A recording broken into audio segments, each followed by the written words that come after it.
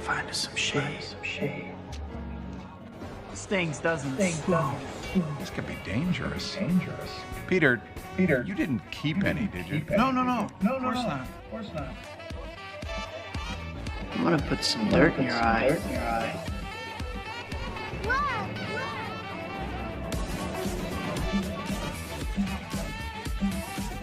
Kevin Feige needs my help.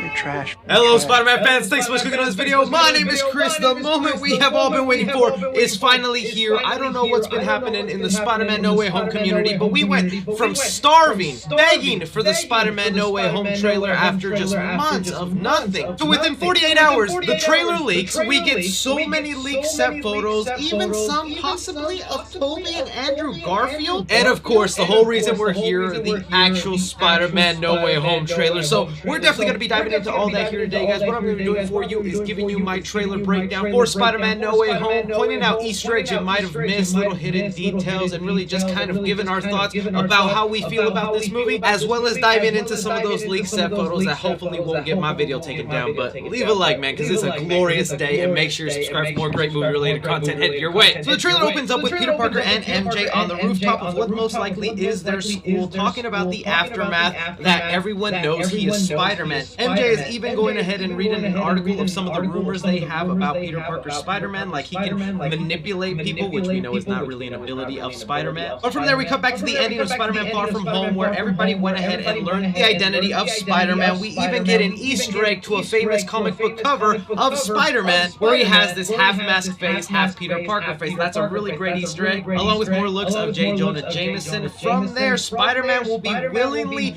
turning himself in to the police. That's what some of the reports have been saying, is that Tom Holland's Spider-Man doesn't want to put up a fight. He wants to come clean about the fact that he did not murder Mysterio and is willing to talk to the cops about it. If all the other reports are correct, this should be the scene that segues us into Matt Murdock, Charlie Cox, who plays Daredevil, being Peter Parker's lawyer, but that has not been confirmed. This would be a great way for him to come in, though, and protect Peter. From there, we get some flashes of how the public is treating Spider-Man. We have been seeing set photos where the city is going to be divided, where some people believe Peter Parker is innocent and did not kill Mysterio, while others do think he is a devil and a menace to society. Now, one quick thing you might not have noticed, right behind MJ right here is Flash Thompson. You might not be able to recognize him because he's gone ahead and dyed his hair blonde to be a little more comic accurate to the Flash Thompson we know in the comics. Who knows why they went ahead and did this? It's just something to note. Flash Thompson is now blonde. But then the trailer shows us how Peter gets the idea to go see Doctor Strange for help is during Halloween, he looks at this decoration that reminds him of Doctor Strange's face and thinks, whoa, maybe he can help me with all this. Entering the Sanctum Sanctorum, which is covered in snow. That's really funny and probably is a little side mission that they went on, because I'm sure they're busy too. And the banter between Doctor Strange and Spider-Man is perfect as always, with them talking about how they should address each other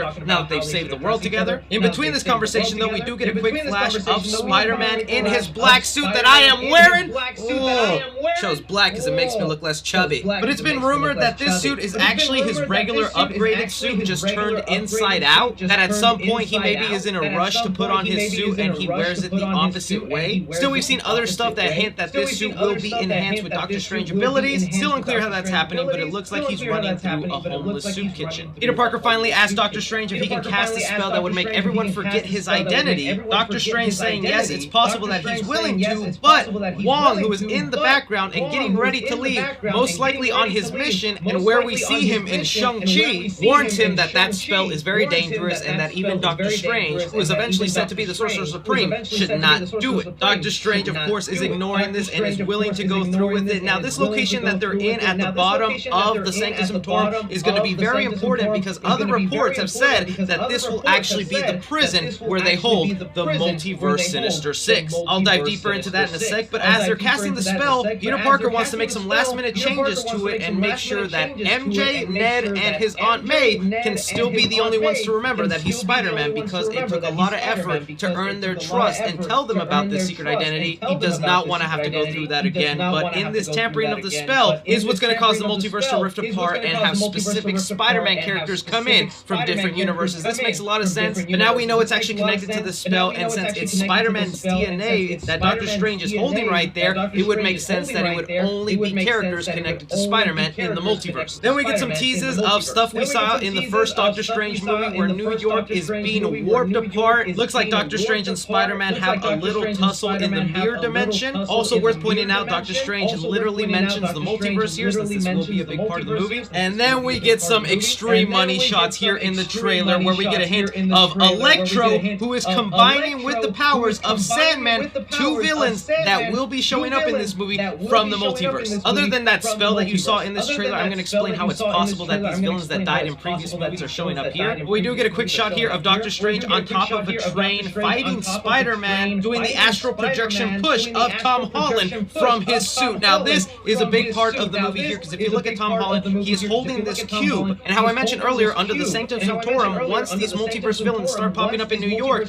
Doctor Strange will lock them away in cages until he can figure out how to put them back in their realities. Well, this multiverse group made out of Willem Dafoe's Green Goblin, Jamie Foxx Electro, Sandman, Alfred Molina's Doc Ock, and the Lizard all go ahead and trick Peter Parker's Spider-Man, telling him that in their universes, their Spider-Men are killers, and that if they go back to their own realities, they will automatically die because that's the last thing they all remember. Which technically isn't wrong. These villains have all sort of been killed minus Sandman, so it's the common thing they'll have to band together even though they just met and are from different universes. Tom Holland's Spider-Man will sympathize with them, believe them, and break them free, and that cube is what was holding them hostage. So right here, Doctor Strange and Spider-Man are fighting over the key that lets these villains get loose. We do get a shot here of Spider-Man in his Iron Spider suit, which is kind of puzzling because this isn't the Iron Spider suit that we have been seeing in all the marketing and promotion material. This is the Infinity War Iron Spider suit, so he's set to be getting an upgrade later on. Then we get some shots of Happy in the middle of some destruction and a SWAT team coming for him. It's heavily speculated that Happy will not make it out alive of this movie. And in a real blink and you miss moment, you get your first look of the Lizard from Amazing Spider-Man